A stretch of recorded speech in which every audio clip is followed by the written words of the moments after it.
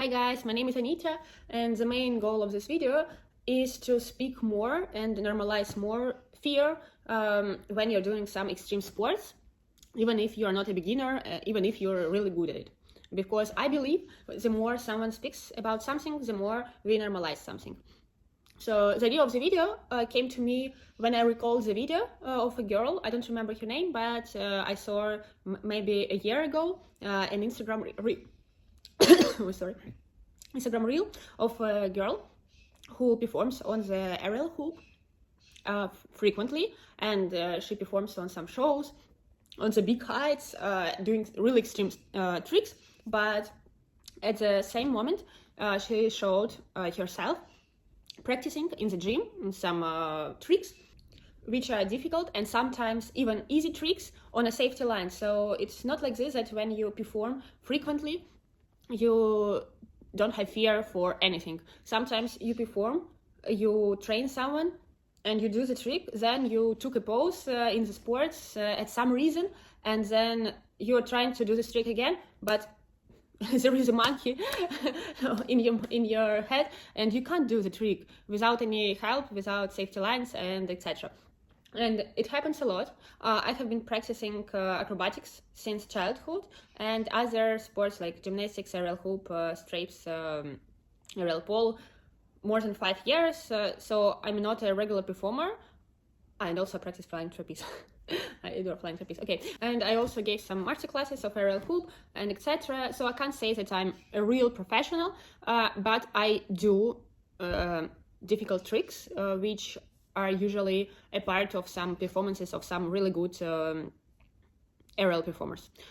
So I would like to discuss with you what happened to me and to other girls, maybe sometimes boys, which I saw, so you will understand that probably all people who are doing difficult sports, extreme sports, encounter some fear at some point. So first of all, I guess the first time someone encounter fear is in the childhood. I guess almost every girl, if she is practicing in her childhood, encountered it something around 13, 14 years old.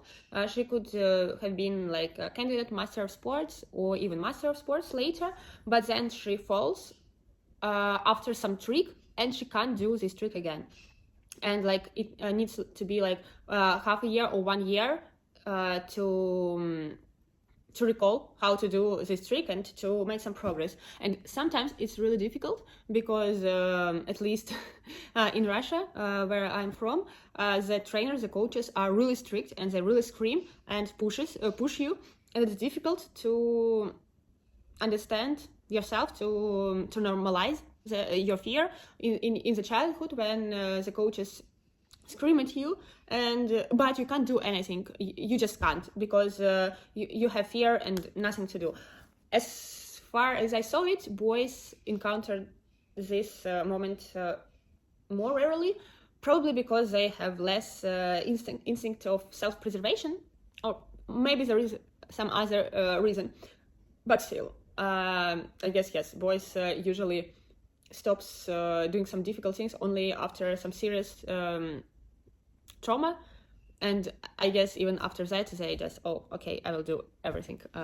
And I guess sometimes also in the childhood it could happen, this thing when you can't do the trick. It also can happen at the age of 13, 14, even if you're doing the things right, if you do all the tricks right, just, I don't know, you come to the training one day and you can't do some trick. It also happens, and I saw lots of examples of that. So even if you didn't have any fall, it's okay. I'm normalizing that.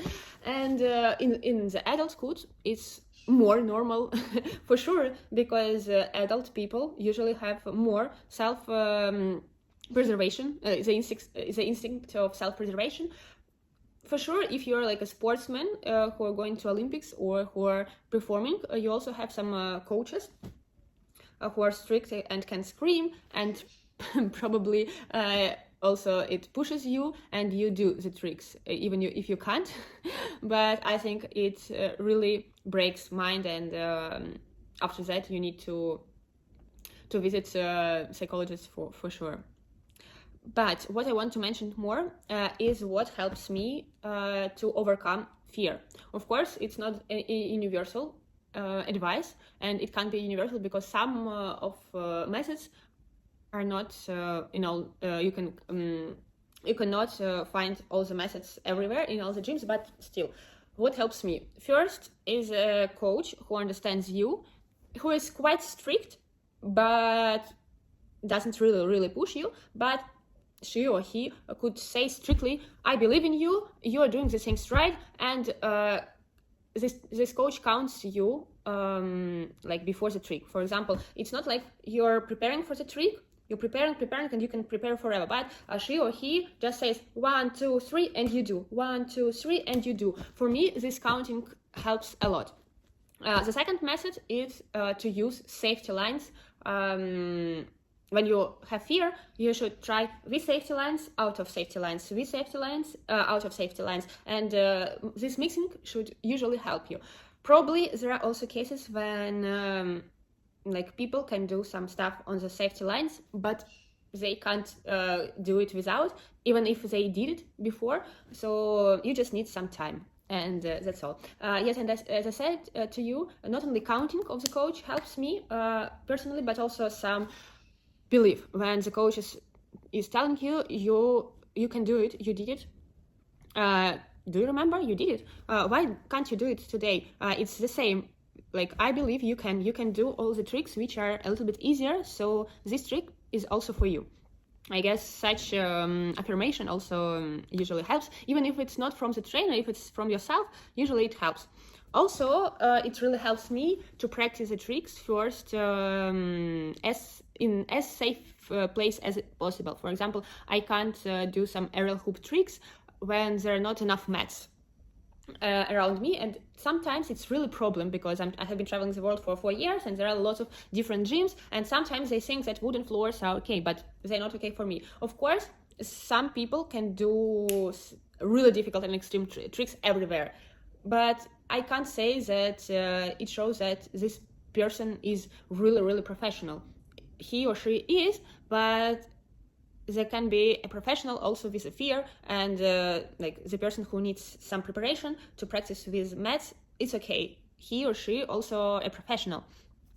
So yes, and also if you're practicing, for example, tumbling, for me it helps if you first practice on some soft tumbling track and then go to some hard tumbling place. So first try something in a really safe area and then go to less safe area. And also it really helps me when the coach just around me. So usually there are some tricks even like on the beam. I remember, for example, somersault from the end of the beam. I do it like once a year when I turn to gymnastics, and like each time I'm starting practicing it again, I need a coach just to be nearby to hold me, but even don't hold, just be nearby. I believe in you, my coach, and you should be nearby, just like that. I'm doing the trick once with the coach, and the second, the third time I usually can do without the coach, or just 3 times with the coach and then without the coach. So I think such mixing also really helps. So I hope my video was useful for you, and I hope that you don't feel shame of your fear, if you have some fear, if you used to have some fear, and if you ever overcame some fear, please write in the comments how it was, what the tricks you've done, what are the methods to overcome. Probably once it will help me as well, or someone else who watched this video and read the comments. So thank you for watching. It was Anita with you.